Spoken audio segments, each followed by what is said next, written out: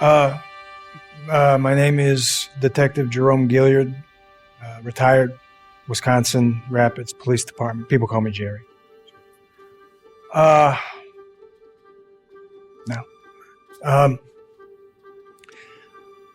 I was called at home that morning, which was unusual.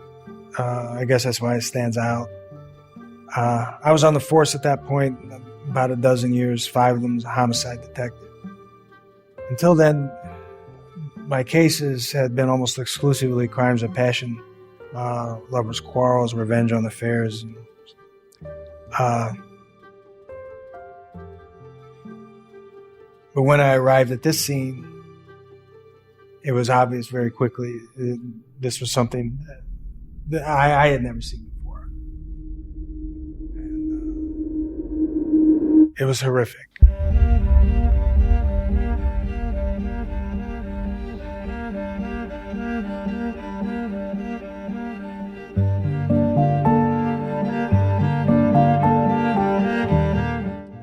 Hello and welcome. I'm trial attorney Christopher Johnston. What you're going to see tonight is based on a true case. Tonight, someone's life will be changed forever, and tragically, someone else will lose theirs. Is this a horrible accident? Is it murder? You be the judge. We've seen it before. Perhaps some of us have even been there. Usually, an innocent moment, a mutual attraction, sometimes leading to a drink together.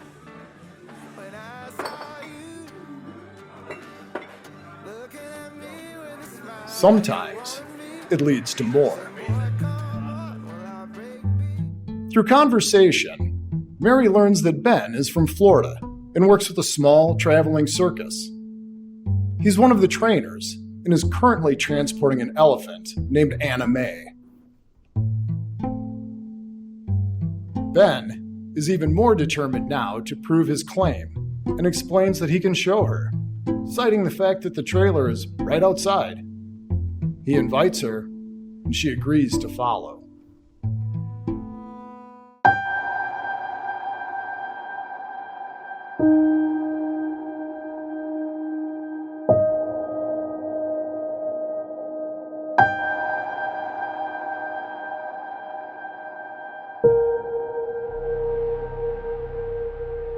Once on the scene, I was shown the deceased body of Ms. Herman.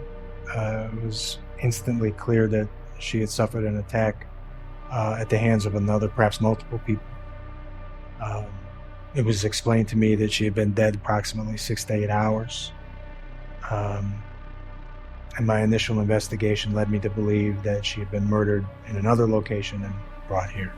The body had been placed behind the supper club. There was a trail, as though she had been dragged. Her purse and other personal items were untouched. The savagery of the attack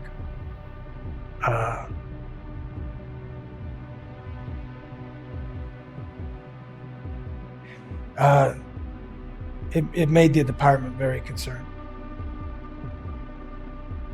because this was horrific. And with no clear motives, we knew we had to find who was responsible very quickly. Now, luckily, the bartender remembered Ms. Herman and who she had left with that night. He explained that while he didn't hear anything concerning, he thought it was a little strange that she left with him. But that happens. So he went about his business. Arrested and charged with murder, both men denied their involvement. The men were extradited back to Wisconsin. I was able to interview both of them multiple times. Their story was very unusual.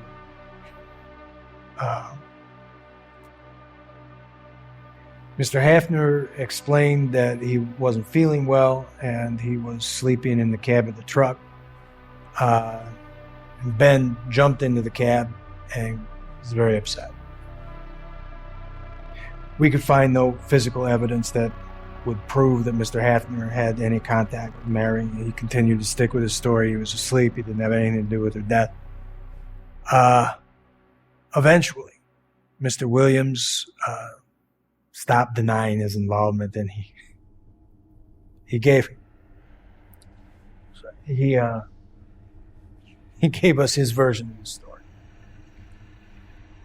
Mr. Williams claims that his intention was to let Mary see the elephant, Anna Mae, as he admits he was trying to impress her. Unfortunately, the animal was startled. Feeling cornered, the elephant swung its trunk at Mary, striking her so violently that she dies instantly. Her skull was crushed. Mr. Williams went on to say that he panicked, and looking around, he saw that he was alone in the parking lot, so he dragged Mary to the back of the supper club, and he left her and her things there in the grass.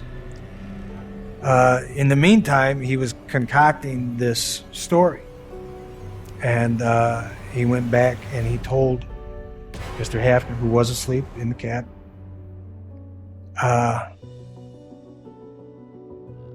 and the story, it was so unbelievable that both men were charged with first-degree murder. Wood County Circuit Judge Dennis Conway set bail for each man at $75,000, and both were held in the Wood County Jail. The charges carry a maximum sentence of life in prison. For those of you watching, you've been presented with facts and statements from witnesses, investigators, and the men charged in the death of this unusual case. Are they guilty? Are they innocent? You be the judge.